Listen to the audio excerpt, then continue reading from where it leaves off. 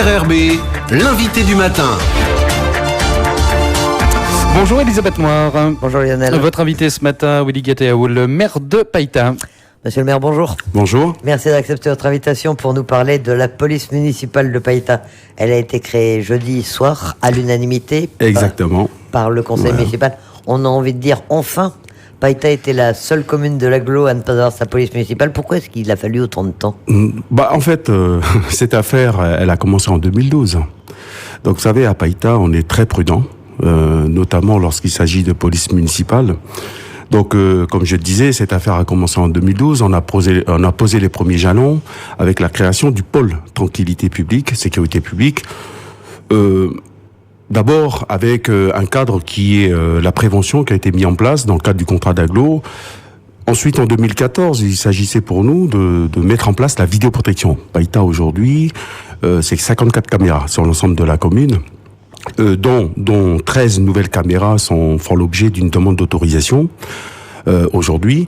Et surtout, la mise en place des agents de surveillance de la voie publique, qui depuis 2014 sont au centre de supervision, derrière les caméras, assurer la sécurité des administrés, en coordination avec les forces de l'État, la gendarmerie. Donc tout ça, c'était une préparation avant d'en arriver à une véritable police municipale. Oui, il est clair que cette police municipale, on aurait souhaité la déclencher, notamment mon prédécesseur en 2014, mais en 2014, vous savez... on peut pas dire que Païta était une commune qui a été soutenue par les institutions. Je pense notamment à la province sud à l'époque, qui nous avait privé d'une subvention à laquelle avaient droit toutes les communes de l'agglomération sauf Païta, qui est une subvention annuelle de 50 millions pour la police municipale. Donc on n'y avait pas droit. On était, je vais dire sur tous les sujets, on était mis en quarantaine par la province pendant 5 ans. Ça a changé maintenant ? Vous avez un soutien de... Dieu merci, il y a un changement. Oui, effectivement, un changement, un nouvel état d'esprit, avec un exécutif aujourd'hui qui a compris que Païta était une commune de la province sud, avec des administrés de la province sud. Et aujourd'hui, parce que le maire de Païta que je suis est en confiance, donc j'ai jugé qu'il était temps de mettre en place cette police municipale. Alors une police municipale, ça coûte cher. Vous parliez de ces 50 millions de subventions. Combien ça coûte globalement ? Oui, c'est aux alentours de 50 millions pour l'aide provinciale. Mais vous savez, lors de mon élection, j'avais annoncé que j'allais faire mieux qu'avant, avec moins qu'avant. Et c'est bien ce que j'ai fait. C'est-à-dire que cette police municipale, c'est à budget constant. Voilà. Et comment est-ce qu'elle va être composée ? Combien de personnel vont être sur le terrain ? Alors 18 au total. À la tête de cette police municipale, Monsieur Philippe Lissara, qui est le chef de la police municipale, qui a été recruté au 1er octobre, de sorte à préparer les choses. Ensuite, nous aurons un chef au centre de supervision. Et pour le reste, ce sont des agents de la surveillance de la voie publique, auxquels viendront s'ajouter 6 gardes champêtres que nous allons très prochainement recruter. Alors les gardes champêtres, c'est pas des policiers municipaux. C'est quoi la différence des prérogatives ? C'est vrai qu'il faut s'y retrouver dans les termes. La police municipale, c'est une famille dans laquelle vous retrouvez les agents de surveillance de la voie publique, mais également les gardes champêtres. Alors il faut savoir ici, c'est un peu technique, le garde champêtre, le statut de garde champêtre est beaucoup plus élargi que celui d'un policier municipal. Voilà. Donc après, l'essentiel pour moi, c'est de répondre aux attentes des administrés, quoique. Vous savez, on prépare les choses sur Païta. Comme vous le savez, en 2017, 2018 et cette année, j'avais mené des réunions dites de proximité, à l'occasion desquelles j'ai rencontré les administrés, aux alentours de 1000 participants au total, qui m'ont fait remonter leurs priorités. Et vous savez quoi ? La priorité des administrés qui m'ont été exprimées en 2017, 2018 et cette année, c'est d'abord les travaux. Vient ensuite... Avant la sécurité. Avant la sécurité, voilà. Pourtant, on parle souvent des actes de délinquance à Païta avec des gros incidents, des incendies d'établissements, etc. C'est pas un problème majeur ? Non, mais je vais vous dire, c'est pas plus qu'ailleurs. Voire même, dans certains cas, moins qu'ailleurs. Peut-être le fait que le maire de Païta a choisi de ne pas taire les choses. Vous savez, on dit qu'à Païta, ils ont une grande gueule. C'est peut-être la raison pour laquelle on a l'impression qu'à Païta, il se passe plus de choses qu'ailleurs. Ah non. Je vous le dis très clairement, il se passe pas plus de faits de délinquance à Païta qu'ailleurs. Alors cette police municipale, est-ce que vous allez recruter? Est-ce que c'est prévu de l'étoffer? Jusqu'à combien est-ce que vous voudriez Alors on va commencer par les 6 gardes champêtres, les postes qui sont ouverts. Donc les AVP ont été lancés. Donc ça sera effectivement le socle, un socle que je souhaite solide pour ensuite faire évoluer cette police municipale. Une fois ces gardes champêtres recrutés, il s'agit pour nous de faire évoluer les agents de surveillance de la voie publique. Et pour cela, il convient que l'on signe un certain nombre de conventions, notamment avec le haut-commissaire, pour la formation des agents de surveillance de la voie publique, que je souhaiterais faire évoluer dans les meilleurs délais en tant que garde champêtre. Ensuite, une convention autorisant l'armement. Alors, quand on s'entend bien, armement, c'est les matraques, ce qu'on appelle les tonfas, c'est les bombes lacrymogènes. Voilà, c'est de ça qu'on parle. Hein. Il s'agit pas non plus de faire à Païta une armée mexicaine. Hein. Donc, c'est une affaire sérieuse. Voilà. Et ils vont être formés comment, ces personnels de la police municipale? Alors, le recrutement des gardes champêtres, alors je le dis très clairement, il s'agit de recruter des gens du métier. Donc des professionnels qui sont actuellement en activité sur l'ensemble du territoire. Et je souhaite recruter 6, et parce qu'ils sont du métier, qui vont participer à la formation, c'est-à-dire pratique de ces ASVP, une formation qui sera complétée. Une fois la convention de coordination et de formation signée avec le haut-commissaire, ils seront formés à l'école de police nationale de Normandie. Voilà. Alors, pas de brigade canine, mais tout de même 2 maîtres chiens. C'est important d'avoir des chiens sur le terrain. J'ai gardé ça pour la fin, mais sur les 6 gardes champêtres, nous envisageons de recruter 2 maîtres chiens.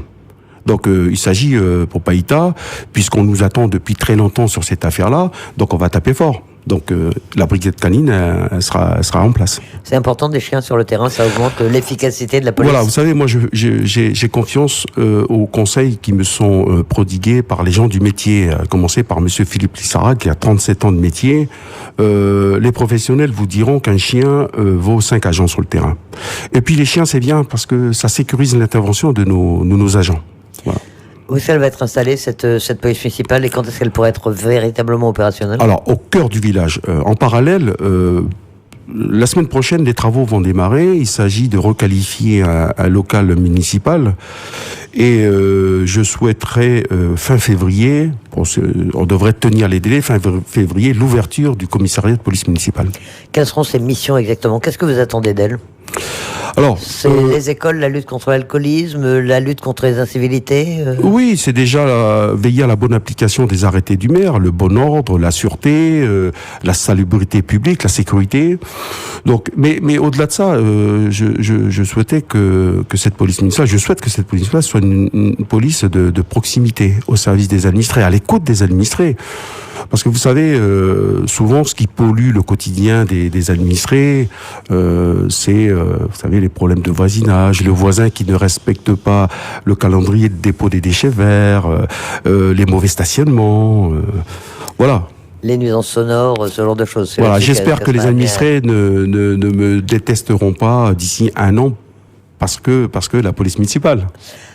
Comment ça va se coordonner avec la gendarmerie qui est présente sur Alors, ça fait également l'objet, ce sujet-là fait l'objet d'une convention que j'aurai très prochainement à signer avec l'État, avec le haut-commissaire. Il s'agit de la convention de coordination d'intervention qui va déterminer le champ d'intervention d'une part de la police municipale, d'autre part des forces de l'État, c'est-à-dire la gendarmerie, coordonner leurs actions, à la fois les lieux, enfin la manière dont ils vont occuper l'espace communal. Lors de ce même conseil municipal, à part la création de cette police municipale, vous avez également pris des décisions concernant les pompiers, le centre de secours de Païta. Oui, vous savez, d'autres temps, d'autres pratiques. Donc il faut réorganiser le service et je pense que les économies passent également par la réorganisation et le fonctionnement de la municipalité. Donc le centre de secours de Païta, fort de 130 pompiers, dont 10 professionnels, a acquis depuis quelques années une forme d'autonomie. Donc, et puis, être pompier, c'est un vrai métier. Jusque-là, le centre de secours était intégré à l'organigramme qui était celui de la direction des services techniques. Et là, on a affaire à deux métiers bien différents. Donc, il était temps, et c'est la proposition que j'ai pu faire au dernier conseil, qui a été votée à l'unanimité, c'est de transformer ce centre de secours en direction. Donc à la tête un chef de corps, le capitaine Combon, avec effectivement 3 pôles administratifs, RH et logistique. Une vraie réorganisation, quoi. Une vraie organisation. Alors, vous le disiez, à l'unanimité, c'est pour l'adoption de ces délibérations, et pourtant le climat était un peu tendu, il y a eu quelques passes d'armes, ça veut dire que la campagne municipale... C'est les municipales. Elle est lancée à Païta, Voilà, vous savez, alors je vais en parler quand même, parce que vous connaissez mon opposant principal sur Païta, donc j'ai cru à un moment donné, lors de l'intervention de M. de Grélan, que c'était lui qui était à l'origine de la police municipale, hein, vous savez. Ce qui est un peu fort de café, puisque je le disais précédemment, c'est que depuis 2014, on a été mis en quarantaine par Calédonie Ensemble. On n'a jamais bénéficié d'une quelconque aide de l'exécutif passé, précédent de Province Sud, qui était Calédonie Ensemble. Hein. Et alors pour vous, les municipales, ça se présente comment? Quand est-ce que vous pensez rentrer en campagne? Est-ce que vous avez déjà votre feuille de route? J'ai envie de vous dire que ça fait 25 ans que je suis en campagne. Vous savez, j'attends pas une élection pour rencontrer les administrés.